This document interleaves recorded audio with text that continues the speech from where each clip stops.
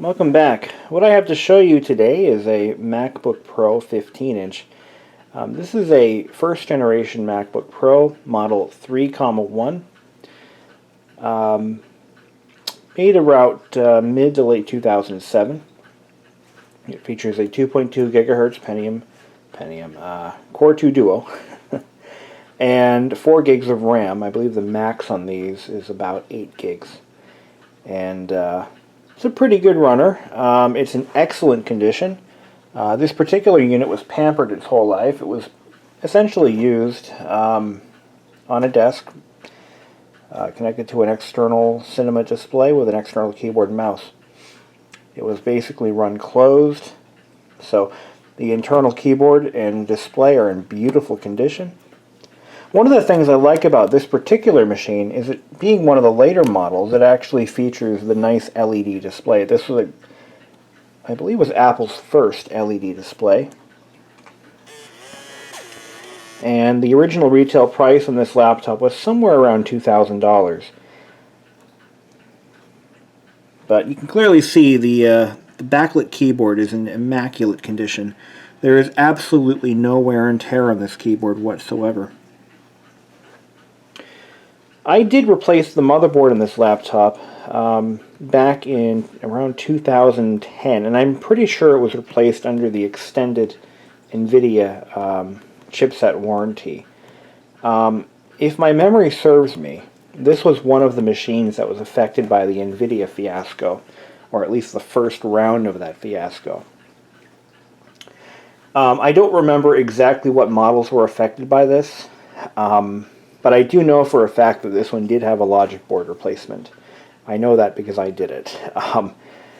As an Apple certified technician, I can do my own board replacements, at least through the organization that I work for. This was not my laptop at the time. This was actually an administrator laptop.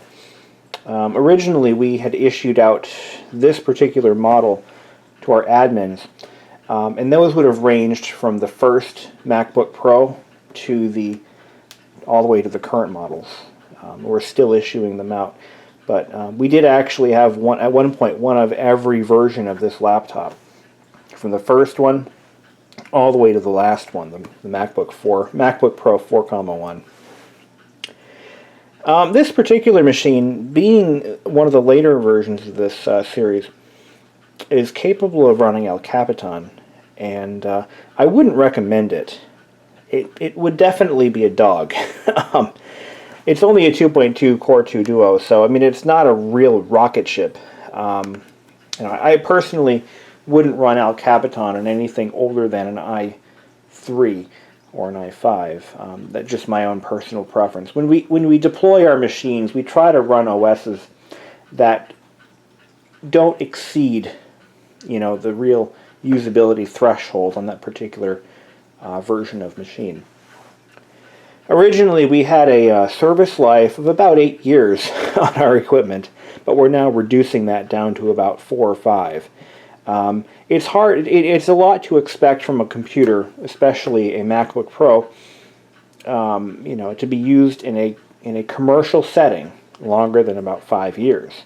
Once you hit that 5-year mark, parts become harder to find, batteries become harder to maintain a charge, and obtaining replacement batteries after the 5-year mark, after Apple drops support for the product, is something of a dicey situation. A lot of times you're forced to purchase Chinese batteries, which can be really anything inside that pack. I've opened up Chinese battery packs that stated, a certain a certain wattage or output power, and I'm finding that capacity. And I've taken them apart and identified the cells and found that they were grossly underrated for what the pack was sold to me as. For that reason and others, we are trying to push these units out of service, because they're great for someone at home, who just. Actually, this is quite a powerhouse. I mean, this could be a laptop that really anyone could make take full advantage of. I mean, it's still a great, powerful machine. I could still use it for video editing, for crying out loud. In fact, personally, I could use this as my primary machine. But when you're in a commercial setting, and reliability, serviceability, and overall performance are paramount to getting the job done, running an 8-year-old laptop is certainly not a good idea. But it can be done in a pinch. One of the things I don't like about this particular series of MacBook Pro, the pre-unibody models anyway, is that they're very fragile machines, and that is definitely it's circumstantial, and it's subjective to personal expectations. I would expect a $2,000 laptop to still look and perform like a $2,000 laptop, even after it had been dropped or taken in and taken out of and inserted into a laptop case several times a day for a couple of years. Unfortunately, this particular model was one of Apple's, well, I wouldn't say their first, but this was certainly in the beginning stages of the use of aluminum as a laptop skin. The aluminum on this laptop is partially structural, but it is reinforced with a magnesium alloy frame throughout the entire machine. But the problem that we have on these laptops is that the aluminum is very thin. Aluminum is a soft metal to begin with. When it's made to be thin and light and low cost, it tends to become sort of a dent magnet. It also tends to lose its anodized finish. The anodized finish wears off very easily on these if they're used as regular laptop computers. This particular one has one mark, one blemish right here, and this is a wear mark that could have happened from something sitting on top of it or just being pulled in and out of a laptop case a couple of times. It doesn't take much for this to start, but once it does, it generally wears thin very quickly. It's also prone to scratching.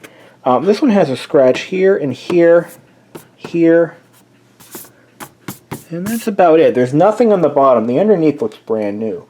But this is just from normal wear and tear. And it's not a lot of wear and tear. As you can clearly see, this laptop hadn't really been used much in a portable setting for very long. But yet it still has little marks and blemishes here and there. And everywhere. I seem like I'm rhyming. But anyway, the other thing is, Apple did have the foresight to place a nice rubberized strip on the back of the machine so that if you are carrying it, it will have less of a propensity to slide out of your fingers. But the problem is, on these laptops, this can discolor, it can turn soft, and it can become very, very hideous very quickly. The natural oils in your hands and other hand creams and such can definitely cause some damage. This was also Apple's first MagSafe computer, and the earlier MagSafe connectors were very prone to what I call cable gingivitis or gum recession, and that's what happens when the rubberized cable sheathing pulls out from the connector, and it causes the ground to show. These actually have a ground webbing wrapped around a center core, and once that starts to show, it can be quite ugly and dangerous. I've seen these actually arc, and that can lead to some very, very bad news.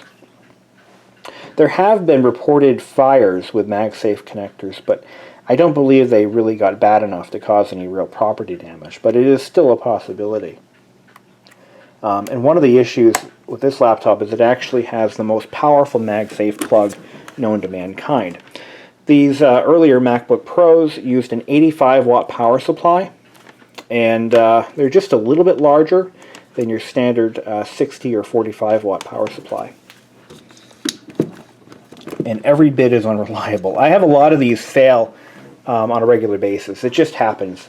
No warning, they just stop working. This one here needs to be replaced. It has couple of failures. Even though the charging light doesn't really work all the time on this one, like right now it's off. Sometimes it works, sometimes it doesn't. It does not mean the power supply doesn't work, but it does mean that there is excessive wear and tear within the connector body. I've been working on Macs a very long time. I started out in 2006 when I was servicing mostly iBooks and iMacs, the original G3 iMacs plus the G4 eMacs as well. And I've been working on almost every model ever since then. So I've seen a lot of different pattern failures. And one of the pattern failures I found on this particular model, aside from the minor case damage that can occur, and before I move on to that, we'll talk about this keyboard. The keyboard is actually made from clear keycaps that have been painted and masked off where the letters are. It's also backlit, and the problem with that is when the paint wears off, and it always does, light will show through the key where it's not supposed to. Not only that, but it can be impossible to identify the keys just by looking at them. You have to kind of guess, or not guess, but just know by memory that this is an A key and this is an S key, return key. But those are the keys that tend to wear out the most. So if you end up buying a used one, you want to look for that, because it definitely will happen over time. I can tell you that the computer that my network administrator has been using for the past 8 years or so, the keyboard is almost clear. And the whole thing shines up like the sun. Just one thing to watch out for. And before we move on to my next bullet point, I want to talk about the structural integrity of these. Because this is a pre-unibody MacBook Pro, it is prone to certain structural failures and maladies that the unibodies are not susceptible to. For example, if too much pressure is applied to the palm rest over here, you're going to find that the CD slot starts to close up right in the middle. That's an easily cured problem, but once that happens, the anodized coating will begin to microfracture, or it'll develop stress cracks, which causes discoloration. But straightening it out is pretty easy. You can use a black stick, just stick it in the slot and twist it really well, and it will open it up gradually. The other thing you want to look at is the latch. What happens is a lot of times the paint, which is actually like an electroplating on the latch, it tends to corrode and come off. This particular one doesn't have that problem. But the other thing that can happen is that the case is flexed in the middle too much, like most laptops will eventually see when transported on a regular basis. What happens is the aluminum skin right above the latch tends to buckle outward. I have actually come up with a fix for that. It's not a very good one, but I've actually glued it back into place from inside. That also happens right by the DVI port. If there's too much flex in the back of the machine, if it's like pressed downward here and there's a space holding it up here and in the back, if it's ever allowed to bend or bow, you'll find that there's some buckling up in this area here, especially around this DVI port. And that almost always happens on these. The other thing that always I find to be a problem with these is the batteries. I did mention earlier that trying to find an original Apple battery for something that is over 5 years old is nearly impossible. But in this particular version of the MacBook Pro, finding a good usable battery is next to impossible. You're left with the Chinese ones, which have a very dodgy reliability rate. But to compound matters, the Apple batteries that shipped with these, I find, have an unusually high failure rate. I went through so many batteries on these 30 laptops. I just can't even imagine going through that many batteries on a laptop and justifying it again. But it was pretty damn bad. I find that the unibodies, Apple must have upped the quality on those batteries, because I find that far fewer of them actually have failed on me. So what I was going to talk about after the case issues, where was I going with this? Really, actually, probably wasn't that important. But I gotta just tell you, I mean, these are not bad laptops. I wouldn't personally pay money for one of these because yes, logic board failures. A lot of these have had logic board failures. I've had more logic board failures on the MacBook Pros than any other laptop I've had in my fleet. We have about 4,000 computers, and I'm the only hardware technician. So I can tell you with absolute confidence and certainty that this model, maybe not this particular submodel, but the MacBook Pro series prior to the unibodies, they really have a high failure rate on logic boards. And a lot of that is because of the recently implemented ball grid chip mounting technology that was used on these boards, and a lack of heat management.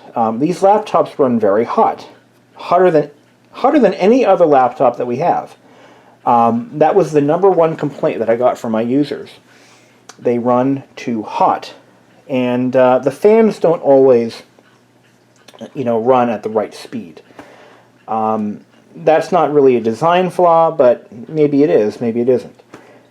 So on the laptops that I find that have run hotter, aside from retraining the users to close unnecessary applications and to shut them down once in a while, one of the things that I've done is I've actually installed SMC fan control, which is a manual fan override utility. And what it does is it raises the minimum speed that the fans will run. So that way the temperature curve will remain slightly flatter as the machine runs over time. So instead of ramping up real fast in the heat range, it kind of levels it off a little bit. And eventually it'll reach that peak temperature, but not as quickly. If you run the fans at full speed all the time, which might seem logical, you're going to stress the fans out unnaturally or unnecessarily, and eventually they'll just fail. That had happened to me on one of our machines. It was running hot no matter what I did. I ran ASD, or Apple Service Diagnostic. I ran the thermal, all the thermal inspection tools. There are no calibration tools for these, but once I've run those tools and it determined that the sensors are fine, I'm pretty much left to my own devices. So I would run the fans really high, and they would just burn right out. Even though they're clean. I mean, I've always cleaned out the heat exchangers, but. So those are some things that you're going to find on the MacBook Pro first generation. Logic board failures, case damage, and, even this one here, it's had a motherboard replacement. I did it myself. I think I mentioned that earlier. And I believe it was either the NVIDIA defect or something else. I don't remember. But let's take a look through memory lane and how this machine evolved, or what it evolved from. So some of you know, some of you don't know, that the MacBook Pro first generation was a heavily retooled PowerBook G4. The aluminum PowerBook G4s, which I have one at work. I could probably show you guys what it looks like, but the PowerBook G4s were fairly innovative for their time period. Apple really put a lot of work into kind of moving away from the plastic case era and entering the new millennium with a nice, slick aluminum or titanium clad machine. But prior to that redesign, they had a kind of a preliminary version, and that was the first generation PowerBook G4. And here's what that looks like. And you'll notice that there are some subtle similarities between the two case designs. This looks more different than the PowerBook G4 that came after it than this looks compared to the PowerBook G4 that came before it. Does that make any sense? This one carried over Apple's charcoal gray keyboard design from the prior generation, G3. But you'll notice that it kept, or it has, the very first iteration of the aluminum casing. This is actually titanium. I meant to say titanium. But I believe due to cost reasons, Apple went to aluminum. But these have their own set of design flaws, mainly hinge failure and case panel separation, not to mention the plastic edging that goes around the top case. Tends to crack and it tends to discolor as the paint wears off. But these have a very nice keyboard that is not prone to as much wear and tear as the painted versions are. So you'll find that a lot of these older G4s have nice keyboards regardless of usage. But one of the problems that I have with these is that the keyboards and the displays are so close together that they tend to rub, causing wear and tear to the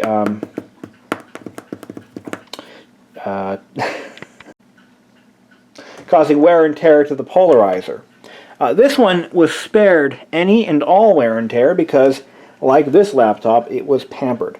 You'll notice that I don't really save laptops that have been used and abused. I only save and preserve the ones that are in the best of the best condition of what I can find. As they're being taken out of service, if it's museum quality, I usually take it for myself. If it's still usable and it can be put back in service, I'll do that too. But generally, if I find a machine that is legitimately being taken out of service, that is in museum-grade condition, I save it for my own collection.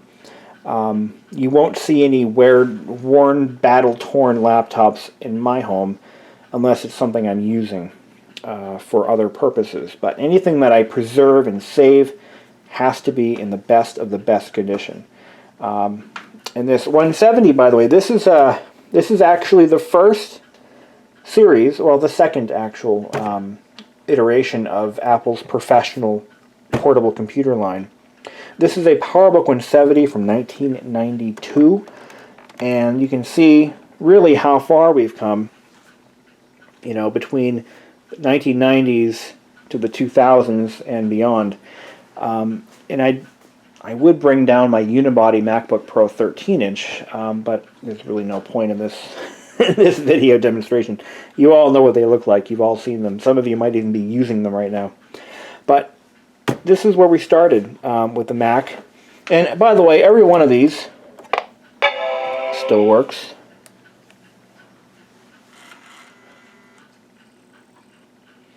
Amazingly, all of these are in good working order.